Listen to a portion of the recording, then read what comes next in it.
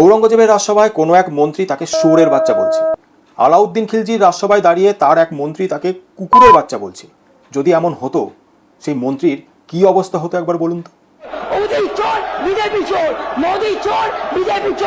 মোদি চোর, বিজেপি চোর, কত কনফিডেন্টলি জোর গলায় চেঁচিয়ে চেঁচিয়ে বলছে পশ্চিমবঙ্গের মুখ্যমন্ত্রী মাননীয়া মমতা বন্দ্যোপাধ্যায়, তাও আবার বিধানসভার মতো জায়গায় দাঁড়িয়ে। আপনার বোধবুদ্ধি, বিচার বিবেচনা এতটাই বিকৃত হয়ে গেছে যে যেই দেশে থাকেন সেই দেশের প্রধানমন্ত্রীকে আপনি গালিগালাজ করছেন, অপমান করছেন।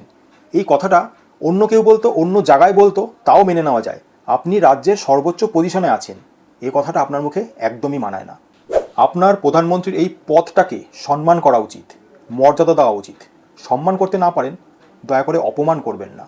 আপনি সম্মান করবেন তবেই না সম্মান পাবেন। বিধানসভায় দাঁড়িয়ে দেশের প্রধানমন্ত্রীকে নোংরা ভাষায় অপমান করছেন।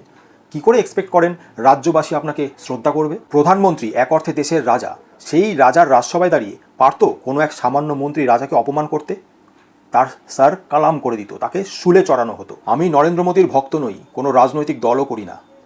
মনে মনে আমি তাকে গালাগালি দিতে পারি, নির্জনে নোংরা কথা বলতে পারি, তবে প্রকাশ্যে তাকে অপমান করতে পারবো না।